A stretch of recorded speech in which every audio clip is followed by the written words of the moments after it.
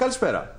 Στο βίντεο θα σας παρουσιάσουμε τη λειτουργία της διαδικτυακής εφαρμογής AWeb Project Coordinator ή για συντομία APC. Η εφαρμογή χρησιμεύει ιδιαίτερα σε φοιτητές που επιθυμούν να βρουν ομάδα για εργασίες στα πλαίσια των μαθημάτων του Οικονομικού Πανεπιστημίου Αθηνών. Προσφέρει ιδιαίτερη ευκολία σε φοιτητές που παραδείγματος χάρη έχουν επιλέξει μαθήματα από άλλα τμήματα ή φοιτητές Εράσμους, ο οποίος είναι και ο βασικός λόγος που η εφαρμογή είναι στα αγγλικά. Να σημειώσουμε ότι η εφαρμογή βρίσκεται ακόμα σε πρώιμο στάδιο και αυτό που βλέπετε αποτελεί ένα απλό draft της τελικής εφαρμογής. Αυτή είναι η κεντρική σελίδα. Ο χρήστης μπορεί να ξεκινήσει να αναζητεί μαθήματα χωρίς απαραίτητα να κάνει login. Ας πούμε ότι ψάχνει για το μάθημα project. Αν η είσοδος του ταιριάζει με ένα ακριβώς μάθημα, τότε θα οδηγηθεί και στη συγκεκριμένη σελίδα.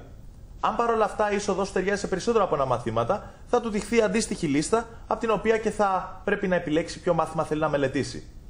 Αυτή είναι η σελίδα του project. Εδώ πέρα βλέπουμε μερικές πληροφορίες, ενώ εδώ πέρα βρίσκουμε το σύνολο των ομάδων που ήδη έχουν σχηματιστεί για τη συγκεκριμένη εργασία.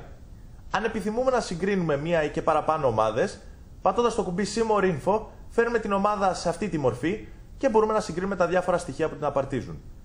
Αν ο χρήστης δεν επιθυμεί να συμμετάσχει σε καμία από τις υπάρχουσες ομάδες, πατάει το κουμπί Create New Team, το οποίο θα του επιτρέψει να φτιάξει μια καινούργια ομάδα.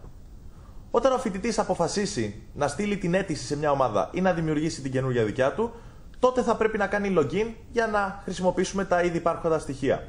Εφόσον ο φοιτητής έχει κάνει login, μπορεί να πατήσει το κουμπί του προφίλ του και να δει τη σελίδα του προφίλ του, η οποία εκτός από μερικές πληροφορίες για τον εαυτό του, έχει και το σύνολο των projects στον οποίο ήδη συμμετέχει, καθώς και τα deadline τους. Πατώντας το κουμπί See More Info, μπορεί να δει πληροφορίες περισσότερες για το συγκεκριμένο project, όπως τα μέλη, τι κομμάτι της εργασίας έχει συμπληρώσει το καθένα κτλ. Ανά πάσα στιγμή, μπορεί πατώντας εδώ στη συγκεκριμένη μπάρα αναζήτησης να αναζητήσει ένα νέο project. Σας ευχαριστούμε πάρα πολύ.